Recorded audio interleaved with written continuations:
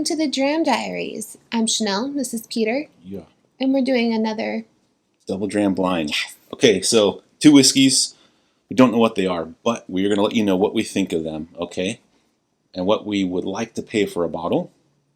And if we would even purchase it again. Yeah. Yeah. So Chanel's here, so we have to start with A. Yeah. On the nose, anyways. Oh, that's kind of... It's very light. Yeah. It's very summery. It is. It's sweet. I feel like it's like... I don't know why. I'm feeling like orchard. Yeah, absolutely. With cinnamon dust in the air. That's nice. That's good. Nice. I like that. Okay. Smells okay, like, we're getting a little more fermented fruit now. That's pretty good. I don't know why, but like if this was like a apple, this is like a apple with wax on it. I don't know. Yeah. I prefer the nose on A. I do too. So you want to start with B? I'm going to start with B. Okay. Yeah. Mm-hmm. Pretty good. I like it. Yeah, it's not nothing special, exciting, but it's good. Yeah, it's not like anything wrong. No. I mean, the finish, I do get like a decent amount of like oak Sweet. on the finish. Yeah. It has an older taste to it. It's sweet, it's easy to drink, and for me there's kind of, I wish I could remember the name of that flower, but when I was growing up, the field outside of my school had these like ground cover flowers, and the honeybees loved them. And I can't remember, they're just kind of, the actual like little petals were kind of tuberous and they were white, and some of them were purple. Yeah. But that's what this tastes like to me, are those flowers. Are you a botanist? Tuberous? That's a big word for this channel. You know.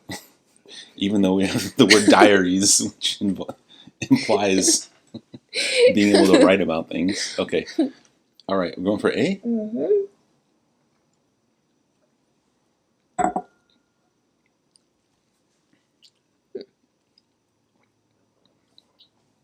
I'm getting kind of peanutiness on it. And dirt. Like, musty barnyard floor. Yeah. And peanutty. Yeah. I get oak on this too, though. Surprisingly, I know my winner. Me too. Okay, what's your winner? B. Yeah, me too. Yeah. Yeah, for sure. Why, though? Well, like I said, it's easy to drink. Mm-hmm. It's light. It's summery. It's sweet. Yeah. I like it. It's really it's not exciting, but it's really easy to drink, and it's pretty yummy. And like it checks the boxes, it but does. not in like overdone way. No. You know, like yeah. I don't know. What would you? Well, you wouldn't want to buy A. I wouldn't want to buy A. What do you think it should cost, though?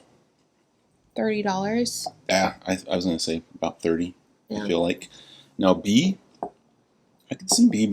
I would be happy paying $40. I would too. For it. Yeah. You know. Yeah, I would think it'd be worth it. Yeah. So let's see. Let's see what it is. Oh, the loser is A.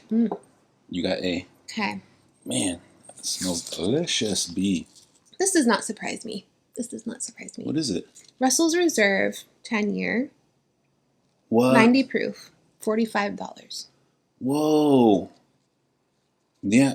Whoa. I'm not usually a Russell's Reserve fan anyhow, so this doesn't surprise me that I didn't like it that much. So what is it? Eagle Rare 10-year. Not surprising either. This one I paid $39 when I bought it. Yeah. So wow. $40. Yeah. That's crazy. So you know what's interesting? I don't know why. I don't know if you guys have noticed this too, but like on Wild Turkey products, for some reason lately, I'm getting more peanut on them, almost like I would get, or a nut like I would get from Heaven Hill or Jim Beam, which is not what I don't know, I'm necessarily expecting. But anyways, Eagle Rare for the win, of course, man. Yeah. It's probably like one of the best sub-100 proof 10-year bourbons for me. Okay, thank you for watching. Which one do you prefer? We might be in the minority here, honestly, but Yeah. Till next time.